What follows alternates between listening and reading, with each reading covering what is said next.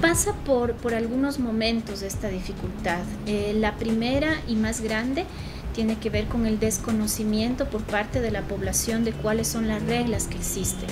Entonces, al no tener claro qué es lo que yo debo cumplir como ciudadano, obviamente tampoco tengo claro el nivel de control que tengo que recibir y la sanción que podría recibir si es que esto yo no lo cumplo. Entonces, ese es un primer tema. Un segundo tema tiene que ver con la cuestión del control en sí.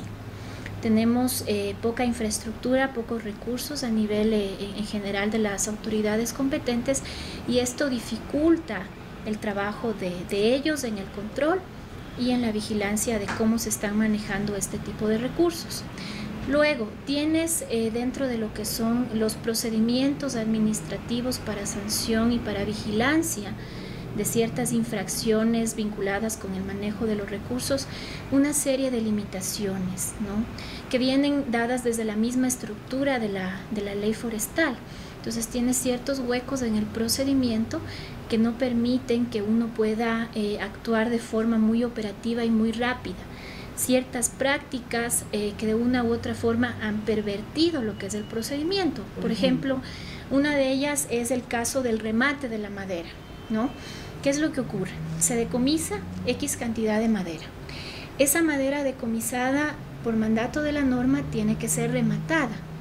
Y en el momento en que la rematas, lo que tú haces es venderla a una persona que la adquiere con un título justo, con un título legal.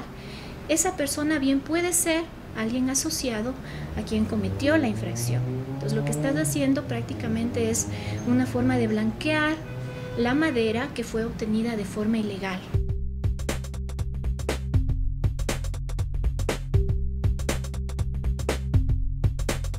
Las grandes extensiones que estaban antes en manos de pocas personas debían ser redistribuidas hacia todo aquel que esté en capacidad de utilizar estas tierras. ¿Y cómo probábamos que se utilizaban las tierras? Básicamente trabajándolas.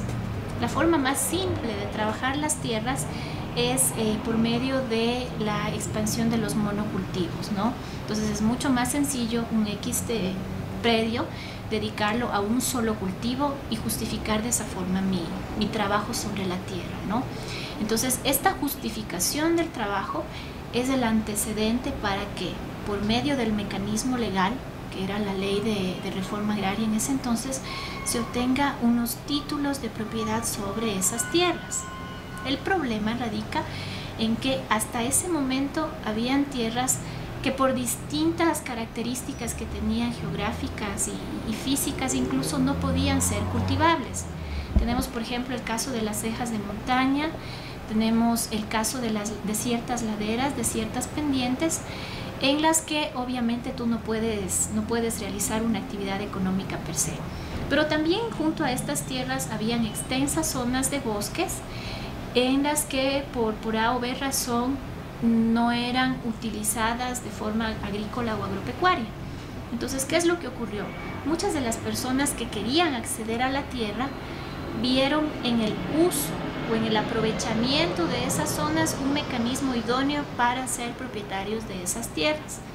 Y la única forma en la que podían probar que efectivamente estaban usando la tierra era sea talando el bosque, ¿sí?, o cambiando el uso de ese suelo. Entonces, por ejemplo, si estamos hablando de un espacio en el que había determinado tipo de bosque primario, de bosque de pronto secundario o ciertos bosques prístinos, se los intervenía. Y al no haber en esa fecha, estamos hablando más o menos de hace unos 40 años, la tecnología adecuada para hacer un manejo forestal, entonces se entró con lo que es las actividades agrícolas y agropecuarias, lo cual obviamente implicó ejercer una presión sobre esos bosques y que de a poco vayan desapareciendo. Y lo más grave de eso es que fue todo esto amparado bajo una ley que decía que ante todo lo que hay que respetar es la función social de la propiedad y de la redistribución de la tierra, dejando de lado criterios como los ambientales, de conservación y de, en general, servicios ecológicos y servicios ambientales. Nosotros tenemos ahora una constitución que se ha reconocido mundialmente como de avanzada, en particular en los temas ambientales. Y en concreto, en lo que tiene que ver con el derecho de propiedad, ya se reconoce constitucionalmente que la propiedad, además de cumplir con una función social, debe cumplir con una función ambiental. Existen, como habíamos hablado antes, esta serie de lugares o de espacios geográficos en los cuales uno no puede hacer usos agrícolas o usos intensivos y que por tanto deben estar reservados a cumplir objetivos de conservación. Lo que tradicionalmente hubiese ocurrido es que si un determinado predio no está siendo trabajado, podía ser entregado a una persona que efectivamente lo trabaje. Y este sería básicamente el caso de la mayoría de los bosques protectores que tenemos nosotros aquí en el país o de las tierras de conservación. Porque uno podría entender que al estar esa tierra destinada solamente a la conservación, era una tierra improductiva, ¿ya?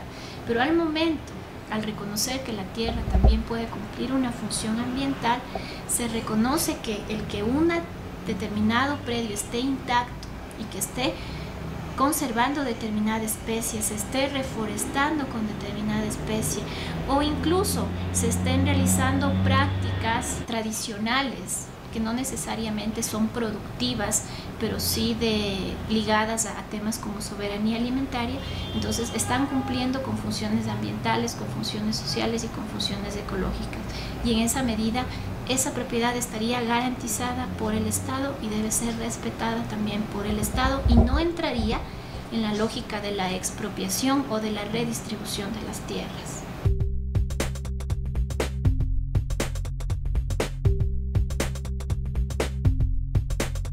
El primer factor de riesgo, por así decirlo, frente a estas amenazas es precisamente el desconocimiento de la población de lo que son sus derechos.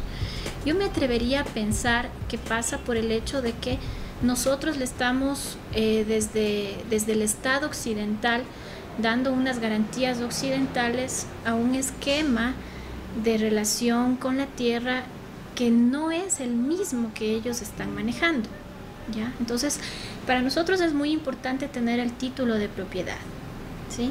Y puede que nosotros efectivamente hayamos regulado el hecho de que las tierras comunales no son susceptibles de venta, salvo que haya un acuerdo entre todos los comuneros. Pero efectivamente, si viene un extraño y logra ese acuerdo y la comunidad no logra dimensionar que no solamente es un pedazo de la tierra, sino es su ser mismo, es parte de lo que habíamos dicho, de su cosmovisión, de su relación con la tierra, de su entorno, de su ser parte de una familia, entonces obviamente hay como este riesgo de caer en la ingenuidad y en una venta que a todas luces es ilegal, ¿no? Y que además ahora también sería inconstitucional, ¿sí? Entonces, pasando por eso, si es que a eso le sumamos el factor económico, el hecho de que a las comunidades el tener X miles de hectáreas no les representa un solo centavo, frente a, si yo vendo tantas hectáreas puedo tener $1000, ¿ya? Eso en su imaginario es algo que realmente les mueve el piso, salvo que estén muy apropiados de lo que es la idea de su tierra y de su comunidad, pueden ser fácil presa de este tipo de engaños, ¿sí? Y además hay otra cosa, y es que creo que también no se dimensiona mucho lo que son todos los factores colaterales o todos los riesgos del hecho de que estén vendiendo, de que estén cediendo sus tierras. En la mayoría de los casos, estas ventas están asociadas a la realización de X actividad productiva dentro de ese territorio. Generalmente estas actividades expansivas y que son en su mayoría de monocultivos, tienen necesariamente que ver con la intervención de químicos, de pesticidas, de fertilizantes y demás, que están de una u otra forma afectando esa tierra por una parte y que en cualquier momento van a afectar también a los territorios aledaños, que son los territorios remanentes, por así decirlo, de lo que fue la tierra comunal, ¿no? Entonces, al no ser eso también parte de lo que es su dinámica, su forma de vida cotidiana de las comunidades, es algo que no termina de ser dimensionado, de ser asimilado, de ser interiorizado, y que lastimosamente les causa serios y graves problemas. De otra forma, de otra parte también tenemos una cuestión vinculada con lo que es información. La gente que va a las comunidades y que toma la decisión de comprar X determinada tierra ya sabe qué es lo que hay en esas tierras, ya sabe que ahí está la naciente del río de la cual puede proveerse de agua para su industria, o ya sabe que el tipo de suelo que está ahí es el que mejor me puede rendir para determinado tipo de cultivo, ¿ya? Y eso las comunidades puede que lo sepan de una forma muy intuitiva, pero no lo valoran en términos incluso monetarios, ¿no? Entonces esto puede también ser un factor que les debilita frente a una posición más fuerte. Pensando un poco ya más en lo que tiene que ver con políticas de Estado, tenemos ciertos niveles de protección y de garantía, pero ya en los hechos, ¿en qué acciones se traducen esos niveles de garantía? ¿Cómo yo voy a la autoridad y le digo, miren, nosotros por un error, porque es así, por un error vendimos nuestras tierras comunales y necesitamos que nos las regresen? ¿Ya? Eso, si es que entramos en la lógica del sistema del Estado, implica una serie de juicios, de procedimientos, de gastos, que la comunidad no tiene la capacidad de asumir, ¿no? Entonces, se queda en un nivel hasta de indefensión. Entonces tenemos un sistema que garantiza ciertos derechos, pero al cual, por los costos que implica acceder a este sistema, la comunidad no puede acceder. Entonces son varios los limitantes que pueden existir en ese sentido. Porque además, de hecho, quien compra las tierras comunales lo hace bajo un esquema total de legalidad, porque hay un acuerdo previo de la comunidad que está firmado, que está ratificado, hay una escritura pública celebrada ante una autoridad competente, hay una autoridad que autorizó el registro de esa propiedad, de esa escritura, ¿sí? Entonces tenemos una persona que tiene todos los documentos de respaldo frente a una comunidad que no está muy bien informada de las garantías y de los derechos que tiene.